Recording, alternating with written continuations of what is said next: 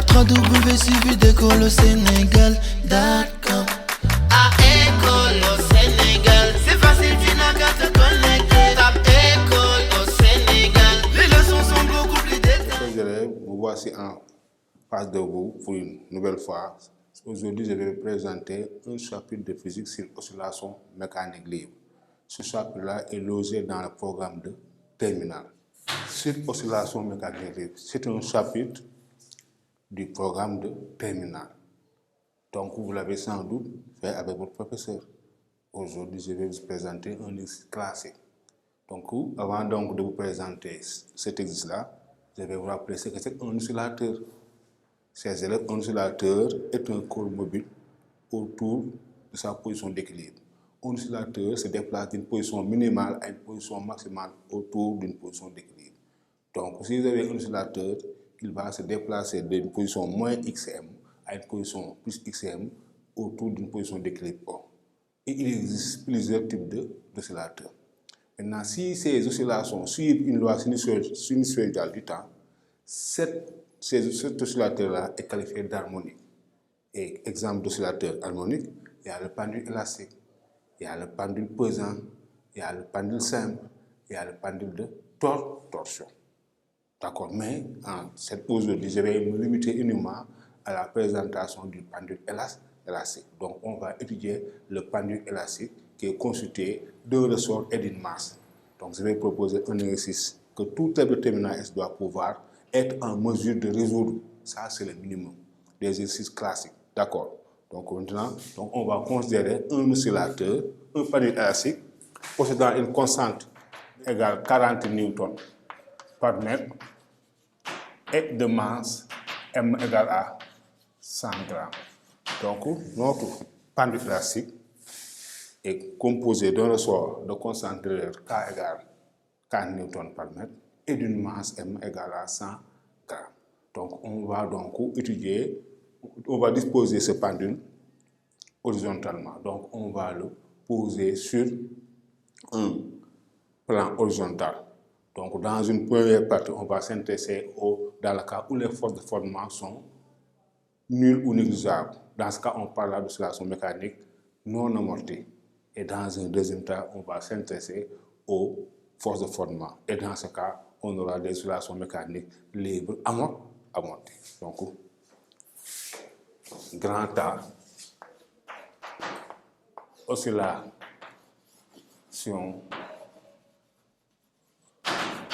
mécanique libre non amorti.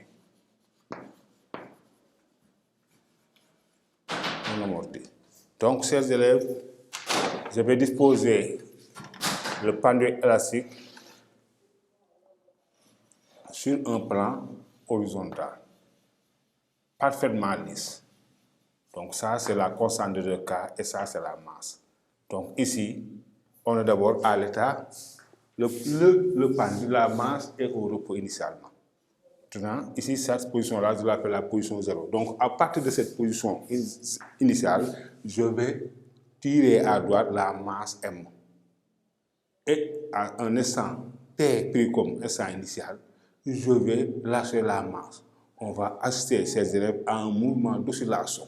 Ça veut dire de va-et-vient, d'aller-retour d'une position maximale à une position minimale. Maintenant, on va donc étudier le mouvement de la masse à l'instant T où est repéré par sa position X. D'accord? Donc, à partir de là, j'écarte la masse jusqu'à une position maximale. Plus XM, et je la lâche. Donc, à cet instant-là, la masse est repérée par sa position X.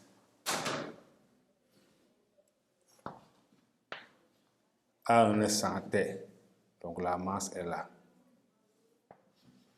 Donc, la masse va osciller de moins XM à plus XM autour de O. Donc, on aura un mouvement de va-et-vient incessant comme ça, de aller-retour. Maintenant, on va étudier le mouvement de la masse à un instant T où la masse est repérée par sa position X. Donc, chers élèves, on va se poser toutes les questions nécessaires, d'accord? Donc, des questions classiques. Donc, la première chose qu'on va vous demander, représenter les forces qui s'exercent sur la masse. Donc, quelles sont les forces qui s'exercent sur la masse? Chers élèves, comme il y a le poids P, il y a la réaction normale, R, et il y a la tension T du ressort. Donc, chers élèves, l'examinateur, en première question, vous demandera de représenter les forces qui s'exercent sur la masse. Les voici. Il y a le poids de la masse, la réaction du plan R et la tension T du ressort. D'accord. Ensuite, qu'est-ce qu'il va vous demander? D'établir l'équation différentielle du mouvement. Établir l'équation différentielle du mouvement. La première chose. Donc, premièrement, deuxièmement, établir l'équation différentielle du mouvement. Donc, rappel, chers élèves, c'est quoi une équation différentielle? Une équation différentielle est une relation mathématique qui lie une grandeur à l'une de ses dérivées. Si vous avez une grandeur y qui est liée par à y 2 points ou y point, donc cette relation-là, cette équation-là est une équation différentielle. Une équation différentielle est une relation mathématique qui lie une grandeur y à l'une de ses dérivées. D'accord, donc on va voir. Donc, équation différentielle du mouvement. Et là aussi, on va en faire. D'abord, premièrement, on va en faire une étude dynamique. Donc, l'examinateur peut vous demander, par application du terme du centre d'inertie, établir l'équation différentielle. Et en deuxième cas, vous pouvez vous demander, en appliquant la variation du principe de l'énergie mécanique, retrouver cette équation différentielle. Donc, on va étudier, donc on va démontrer cette équation différentielle dans les deux cas, par application du TCI et par application de la variation de l'énergie mécanique. D'accord. Donc, premièrement, donc on va en faire d'abord une étude dynamique. Donc, on va choisir la masse comme système M. On va choisir la Terre comme référentiel que l'on supposera galiléen. Puis, les bilans des forces. Il y a le poids P, il y a la réaction R et il y a la tension. Donc, comme l'examinateur me demande d'étudier le terme du centre d'inertie, appelé autrement la deuxième loi de Newton, on aura P plus R plus T égale à MA. P plus R plus T égale à MA. Maintenant, je vais projeter suivant un axe du segment choisi. Cet axe-là, je l'appellerai X'. Donc, suivant X', PR seront nuls. Et T sera égal à quoi, chers élèves? Moins T. Voilà, moins T égale à MA. C'est quel A? C'est A suivant X. Et depuis la classe des secondes, on vous a appris que la tension du ressort est proportionnelle à son arrangement. Et la constante de proportionnalité n'est rien d'autre que la constante de cas du ressort. Donc, on aura dans ce cas moins KX égale à MX2 points. Parce qu'ici, AX égale à X2 points. Et dans ce cas, on aura MX2 points plus KX égale 0. X2 points plus K sur M. X égale 0. X2 points plus oméga 0 carré X égale 0. Avec, chers élèves, oméga 0 carré égale à K sur M.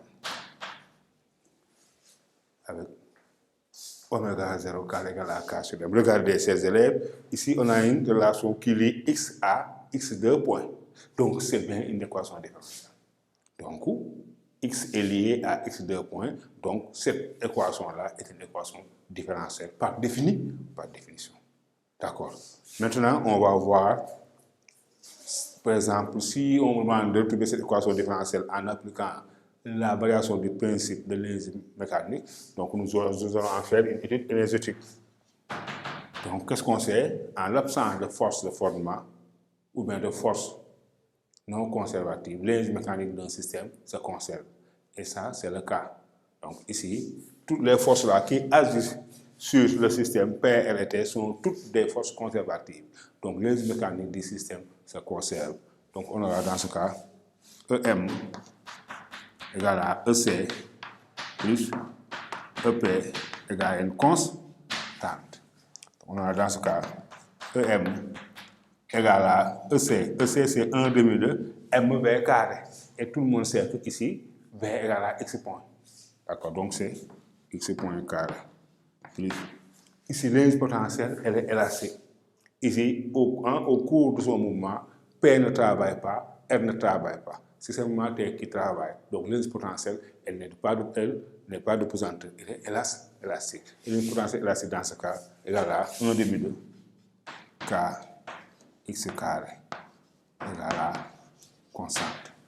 Maintenant, je vais dériver EM, dLm sur dLt, en dérivant ici et en appliquant la relation mathématique en disant que U de x à la puissance n égale à n I prime de x, U de x à la puissance n moins 1.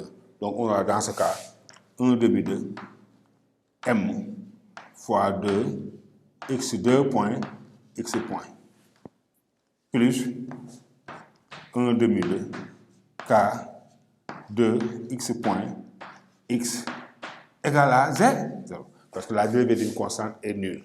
Donc ici on aura, et là, regardez chers élèves, de part et d'autre, j'ai x point ici, j'ai x point là, j'ai x point là. Donc je vais mettre en facteur, on aura x point facteur de m x2 point plus kx égale à 0. D'accord? Et regardez ici, x point n'est pas nul parce qu'à l'instant t, la masse elle met d'une vitesse et cette vitesse-là est égale à b, qui est égale à x point. Donc x point ici n'est pas nul. Donc qu'est-ce qui est nul? C'est ce qui est dans la parenthèse. Donc on aura dans ce cas x point différent de 0. Donc mx2 point plus kx égale 0. x2 point plus k sur m x égale 0.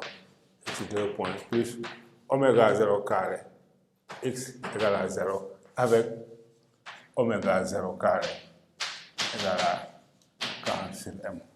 Donc vous voyez bien, ces élèves que en utilisant la variation du principe de l'énergie mécanique, on aboutit au même résultat.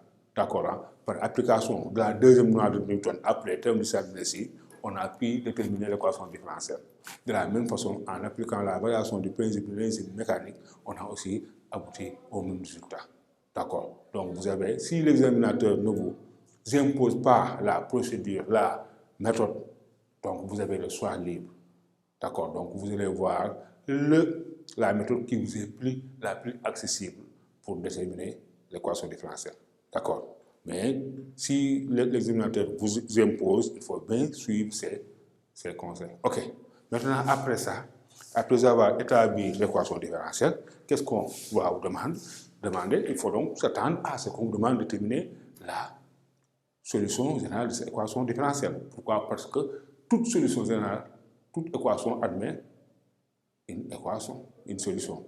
Mais avant de voir la solution, nous allons nous intéresser à quelle grande caractéristique du pendule élastique. Ça appelle là sa période, sa fréquence et sa pulsation.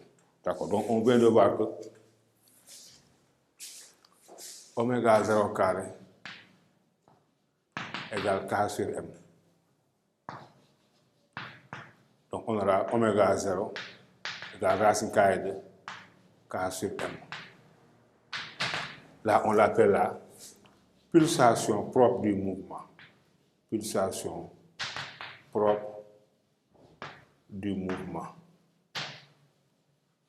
Et elle s'exprime en radians par seconde. Ça, vous connaissez, hein? La vitesse angulaire, la plus 1, oméga, s'exprime en radians par seconde. Et T0, c'est quoi? 2 pi sur oméga 0. Donc, égal à 2 pi racine carrée de M sur K. Je vais intervertir parce que oméga 0 est au dénominateur. Donc, j'intervertis pour avoir ça. Et là, on l'appelle la période propre du mouvement. Ensuite, on peut déterminer la fréquence propre. C'est l'inverse de la période. Égal à 1 sur 2 pi racine carrée de M sur K. On l'appelle la fréquence propre du mouvement. Ici, la période est en secondes et la fréquence, c'est l'inverse de la seconde, c'est en hertz. Hertz. Donc, ça sont des grandes caractéristiques au panier classique. D'accord. Mais chers élèves, donc, la T0 là, c'est très important. On l'appelle la période. C'est quoi la période? Parce qu'ici, la masse aussi de moins xm à plus xm. D'accord. Donc, la période n'est rien d'autre que la durée d'une oscillation. La durée d'un aller et retour. Si le solide se déplace d'une position minimale moins xm à une position maximale plus xm autour de d'une position d'équilibre O, donc la période, c'est la durée d'une oscillation, d'un aller et retour, d'un aller et retour. Suivez, supposons qu'on écarte la masse jusqu'à plus xm et on lâche. La masse va venir à moins xm et revenir à plus xm. La durée, cette durée-là d'aller-retour est appelée période. Donc, retenez, chers élèves, la période et la durée d'une oscillation. Ça veut dire quoi? Le temps d'un aller et retour.